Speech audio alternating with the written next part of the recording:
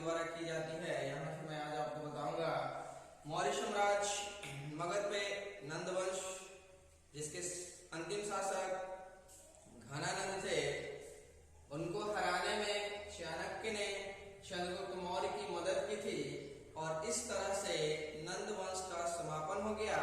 इसके बाद मगध पे एक नया वंश आता है जिस वंश का नाम मौर्य वंश होता है। क्वेश्चन आता है आपके एग्जाम में कि मौर्य वंश के संस्थापक कौन है, तो चंद्रगुप्त मौर्य है। मौर्य वंश के संस्थापक कौन है? चंद्रगुप्त मौर्य हैं। इनका जन्म 345 ईसा पूर्व में होता है। क्वेश्चन आता है कि चंद्रगुप्त मौर्य का जन्म कब हुआ, तो 345 ईसा पूर्व में हुआ। आगे क्वेश्चन आता है कि चंद्रगुप्त मौर्य ने मगध की गद्दी पे कब बैठा, तो चंद्रगुप्त मौर्य जो है मगध की गद्दी पे 322 ईसा पूर्व में बैठते हैं। क्वेश्चन आता है कि चंद्रगुप्त मौर्य मगध की गद्दी पे कब बैठते हैं, तो 322 ईसा पूर्व में बैठते हैं। अगला क्वेश्चन आता है कि चंद्रगुप्त मौर्य की मृत्यु कब हुई, तो चंद्रगुप्त मौर्य की मृत्यु जो है 298 ईसा पूर्व। चंद्रगुप्त मौर्य की मृत्यु 298 ईसा पूर्व में श्रावणबेलगोला कर्नाटक में हो गया। कहाँ हो गया? क्वेश्चन आता है कि चंद्रगुप्त मौर्य की मृत्यु कहाँ हुई, तो श्रावणबेलगोला कर्नाटक में हो गई उपवास के दौरान। अगला क्वेश्चन आता है कि सेंड्रोकोटस चंद्रगुप्त मौर्य को किसने कहा था, तो सेंड्रोकोटस चंद्रगुप्त मौर्य को जस्टिन ने कहा था। जस्टिन के अनुसार चंद्रगुप्त मौर्य को सेंड्रोकोटस कहा जाता है, लेकिन इसकी पहचान विलियम जोन्स ने किया था। क्वेश्चन आता है कि सेंड्रोकस की पहचान चंद्रगुप्त मौर्य से किसने किया था, तो विलियम जोन्स ने किया था। ये क्वेश्चन आता है आपके एग्जाम में कि चंद्रगुप्त मौर्य को सेंड्रोकोटस के रूप में किसने जाना या पहचाना, तो विलियम जोन्स ने। अगला क्वेश्चन, मुद्रा राक्षस के लेखक कौन है, तो विशाखदत्त है। ये क्वेश्चन हमेशा एग्जाम में आता है, ये बहुत इंपॉर्टेंट ही बुक है मुद्रा राक्षस, जिसके लेखक कौन है?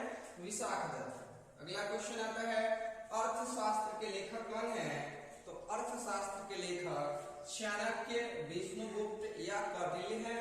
ये बहुत इंपॉर्टेंट है और चाणक्य ने ही नंद वंश के शासक घनानंद को हराने में चंद्रगुप्त मौर्य की मदद की थी।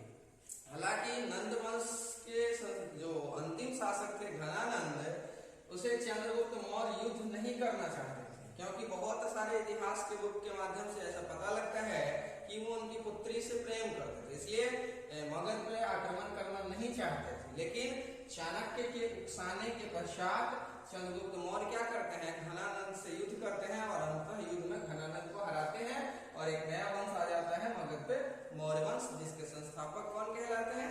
चंद्रगुप्त मौर्य कहलाते हैं।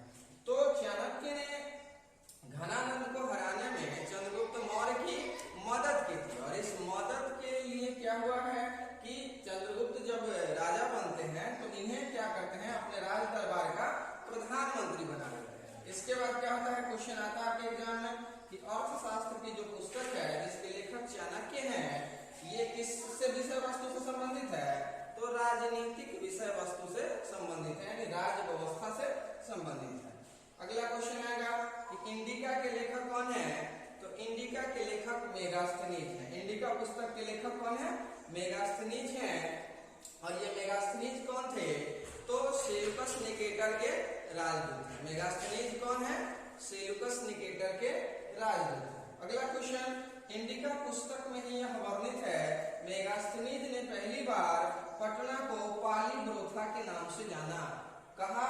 क्वेश्चन आता है कि पटना को पालीब्रोथा किसने कहा था, तो मेगास्थनीज ने पटना को पालीब्रोथा के नाम से कहा था। अगला क्वेश्चन आता है कि जो पाटलिपुत्र थी वह लकड़ी और कच्चे ईंटों का 2 या 3 मंजिला महल था। पाटलिपुत्र का जो विस्तार था वो लकड़ी और कच्चे ईंटों की 2 या 3 मंजिला महल था, जिसमें 570 बुर्ज और 64 द्वार थे। जिसमें 570 बुर्ज और 64 द्वार थे। मेगास्थनीज के ही अनुसार मौर्य यानी मगध पे जो प्रशासन चल रहा था मौर्य वंशीय, उसमें 5-5 लोगों की 6 समितियां होती थी। यानी कह सकते हैं कि प्रशासन का बागडोर 30 लोगों के हाथों में था, जिसमें 5-5 लोगों की 6 समितियां के रूप में बटी हुई थी। अगला क्वेश्चन आता है कि जैन धर्म से दीक्षा लिए थे कौन? चंद्रगुप्त मौर्य जो थे वो जैन धर्म को मानने वाले थे और जैन धर्म की दीक्षा भद्रबाहु से, जैनी गुरु भद्रबाहु से लिए थे। अगला क्वेश्चन आता है कि चंद्रगुप्त मौर्य ने सेल्यूकस निकेटर को कब हराया? तो चंद्रगुप्त मौर्य ने सेल्यूकस निकेटर को 305 ईसा पूर्व में हराया था। अगला क्वेश्चन आता है कि मेगास्थनीज सेल्यूकस निकेटर का राजदूत था जो चंद्रगुप्त मौर्य के दरबार में आया था। क्वेश्चन आता है आपके एग्जाम में कि मेगास्थनीज किसके दरबार में आया था? तो यह चंद्रगुप्त मौर्य के दरबार में आए थे जो सेल्यूकस निकेटर के राजदूत थे। अगला 305 ईस्वी में जब चंद्रगुप्त मौर्य ने सेल्यूकस निकेटर को हराते हैं, इस हराने के बाद में 4 प्रांत मिलता है, तो काबुल, कंधार, हेरात और मकरान, ये 4 प्रांत को ये जीत लेते हैं। जीतने के क्रम में क्या होता है, आगे बढ़ते हैं। जीतने के बाद आप देखिए चंद्रगुप्त मौर्य का जो अवशेष है हमें कहां से मिलता है? तो चंद्रगुप्त मौर्य का जो अवशेष है वो कुम्हरार पटना से मिलता है। चंद्रगुप्त मौर्य की जो लकड़ी की महलें थी उसका अवशेष हमें कहां से मिलता है? कुम्हरार पटना से मिलता है। चंद्रगुप्त मौर्य के ही शासन काल में गिरनार अभिलेख से ऐसा पता लगता है कि चंद्रगुप्त मौर्य के शासन के समय में ही सुदर्शन झील का निर्माण करवाया गया था। याद रखेंगे। आगे मौर्य वंश में चंद्रगुप्त मौर्य का उत्तराधिकारी बिंदुसार होते हैं और बिंदुसार मगध की गद्दी पे 298 ईसा पूर्व में मगध की गद्दी पर बैठते हैं। बिंदुसार को अमित्र घात के नाम से जाना जाता है। बिंदुसार को अमित्र घात के नाम से जाना जाता है। अमित्र घात का शाब्दिक अर्थ होता है शत्रु विनाशक। अमित्र घात का शाब्दिक अर्थ क्या होता है? शत्रु विनाशक होता है। आगे देखते हैं बिंदुसार जो थे वो आजीवक संप्रदाय के अनुयायी थे। बिंदुसार क्या थे? आजीवक संप्रदाय के अनुयायी थे। अगला क्वेश्चन आएगा कि बिंदुसार किस धर्म को मानने वाले थे? तो आजीवक संप्रदाय को मानने वाले थे। अगला क्वेश्चन आएगा कि आजीवक संप्रदाय के संस्थापक कौन थे? तो मोगलीपुत्र तृष्णा थे। मोगलीपुत्र घोषाल थे। आजीवक संप्रदाय के संस्थापक कौन थे? तो मोगलीपुत्र घोषाल थे। अगला क्वेश्चन आता है कि बिंदुसार को वायु पुराण में क्या कहा जाता था? तो बिंदुसार को वायु पुराण में भद्रसार कहा जाता है। बिंदुसार को वायु पुराण में भद्रसार कहा जाता था। अगला क्वेश्चन आएगा, सीरिया नरेश एंटियोकस ने एक राजदूत भेजा था जिसका नाम क्या था? डायमेकस। क्वेश्चन आता है आपके एग्जाम में कि डायमेकस किसके दरबार में आया था? तो डायमेकस बिंदुसार के दरबार में आया था। यहाँ पे हमने बताया मेगास्थनीज किसके दरबार में आया था? चंद्रगुप्त मौर्य के दरबार में आया था जो सेल्यूकस निकेटर का राजदूत था। और यहाँ पे मैंने बताया ये सीरिया नरेश एंटियोकस का राजदूत था। कौन? डायमेकस, जो बिंदुसार के दरबार में आया था। अगला क्वेश्चन आता है कि मेगास्थनीज का उत्तराधिकारी कौन कहलाया? तो मेगास्थनीज का उत्तराधिकारी डायमेकस कहलाया। मेगास्थनीज का उत्तराधिकारी कौन कहलाए? डायमेकस कहलाए। ये किसके दरबार में आए थे? तो बिंदुसार के दरबार में आए थे। अगला क्वेश्चन, जैन ग्रंथों के अनुसार बिंदुसार को सिंहसेन कहा गया। जैन ग्रंथों के अनुसार बिंदुसार को क्या कहा गया? सिंहसेन कहा गया। आगे देखते हैं तक्षशिला। बिंदुसार के शासन काल में क्या हुआ था? तक्षशिला में एक विद्रोह हुआ था। अब आपके एग्जाम में आजकल आ रहा है कि तक्षशिला किन 2 नदियों के बीच है? तो तक्षशिला सिंधु और झेलम नदियों के बीच है। तक्षशिला क्या है? सिंधु और झेलम नदियों के बीच है।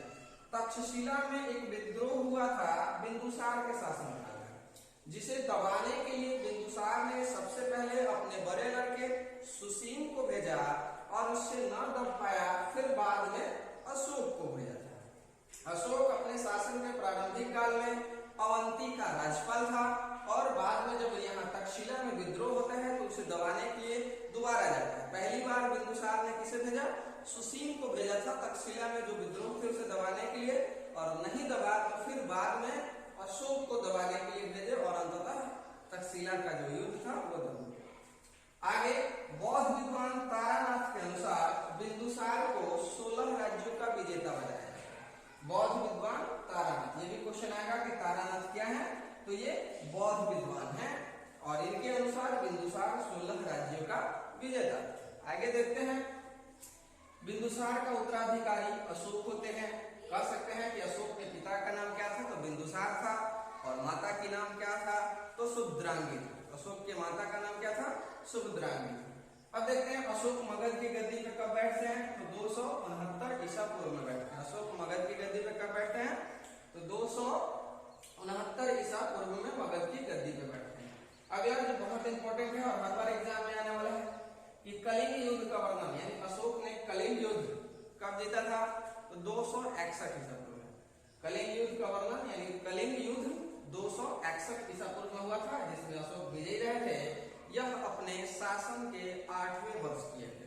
यानी अशोक गद्दी पे कब बैठते हैं, तो 269 ईसा पूर्व में बैठते हैं और 8वें वर्ष में यानी 261 ईसा 8वें वर्ष बाद 261 ईसा पूर्व में कलिंग युद्ध होता है। आगे अशोक ने क्वेश्चन आता है कि अशोक बौद्ध धर्म की दीक्षा किससे लिया था। अशोक बौद्ध धर्म की दीक्षा किससे लिए थे, तो उपगुप्त नामक बौद्ध भिक्षु से लिए थे। अशोक ने बौद्ध धर्म की दीक्षा किससे लिए थे, तो उपगुप्त नामक बौद्ध भिक्षुक से लिए थे। अगला क्वेश्चन आता है अशोक अपने राज्याभिषेक के 10वें वर्ष कहाँ की यात्रा किए थे, तो अशोक अपने राज्याभिषेक के 10वें वर्ष बोध गया की यात्रा किए थे, जबकि 20वें वर्ष लुम्बिनी की यात्रा किए थे। अशोक अपने 10वें वर्ष बोध गया की यात्रा किए थे, जबकि 20वें वर्ष लुम्बिनी की यात्रा किए थे। अगला क्वेश्चन आता है कि अशोक ने आजीवक संप्रदाय के लिए बराबर की पहाड़ियों में 4 गुफाओं का निर्माण करवाया था। अशोक ने आजीवक संप्रदाय के रहने के लिए बराबर की पहाड़ियों में 4 गुफाओं का निर्माण करवाया था। और ये 4 गुफा कौन कौन है, तो कर्ज है, चौपार है, सुदामा है और विश्व झोपड़ी है। अगला क्वेश्चन आता है कि बौद्ध धर्म के प्रचार के लिए अशोक ने श्रीलंका किसे भेजा, तो अपने पुत्र महेंद्र को और पुत्री संघमित्रा को अशोक ने बौद्ध धर्म के प्रचार के लिए श्रीलंका भेजा था। अगला क्वेश्चन आता है कि भारत में शिलालेख का प्रचलन सबसे पहले किसके शासनकाल में माना गया, तो भारत में शिलालेख का प्रचलन सबसे पहले अशोक के शासनकाल में माना गया, या कह सकते हैं कि शिलालेखों का प्रचलन सबसे पहले भारत में अशोक के काल में हुआ। अगला क्वेश्चन आता है कि अशोक के शिलालेखों में कौन कौन सी लिपियां थी, तो अशोक के शिलालेखों में 4 लिपियां थी। ये चारों लिपि कौन थी, तो ब्राह्मणी, खरोष्टी, ग्रीक और अरमाइक। अशोक के शिलालेखों में 4 लिपियां थी। ये चारों लिपि कौन कौन थी, तो ब्राह्मणी थी, खरोष्टी थी, ग्रीक थी और अरमाइक थी। अब इससे भी क्वेश्चन आपके एग्जाम में आता है कि ब्राह्मणी लिपि कहाँ से मिला है, वह ब्राह्मणी लिपि हमें भारत से मिला है। अगला क्वेश्चन आता है कि खरोष्टी लिपि हमें कहां से मिला है, तो खरोष्टी लिपि हमें पाकिस्तान से मिला है। अगला क्वेश्चन आता है कि ग्रीक और अरमाइक लिपि हमें कहां से मिला है, तो ग्रीक और अरमाइक लिपि हमें अफगानिस्तान से मिला है। अगला क्वेश्चन आता है कि अशोक के शिलालेखों को सबसे पहले खोजा किसने, अशोक के शिलालेखों को सबसे पहले खोजा किसने, तो 1750 ईस्वी में टी फैंकलर नामक व्यक्ति ने अशोक के शिलालेख को सबसे पहले खोजा था।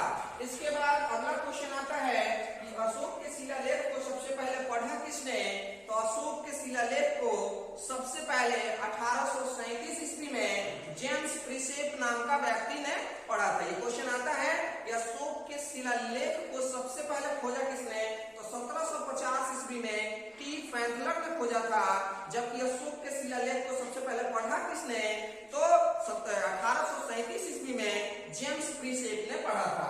अगला क्वेश्चन आता है कि अशोक के शिलालेखों की संख्या कितनी है, तो अशोक के शिलालेखों की संख्या 14 है। अशोक के शिलालेखों की संख्या कितनी है, 14 है। अगला क्वेश्चन आता है कि प्रथम शिलालेख में क्या कहा गया है, तो अशोक के प्रथम शिलालेख में पशु बलि की निंदा की गई है।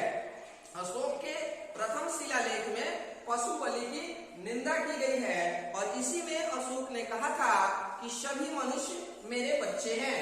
क्वेश्चन आएगा आपके एग्जाम में कि अशोक ने किस शिलालेख में कहा था कि सभी मनुष्य मेरे बच्चे हैं, तो आप इसका आंसर क्या बनाएंगे, प्रथम शिलालेख। और इस तरह से मौर्य साम्राज्य का नेक्स्ट पार्ट कल आएगा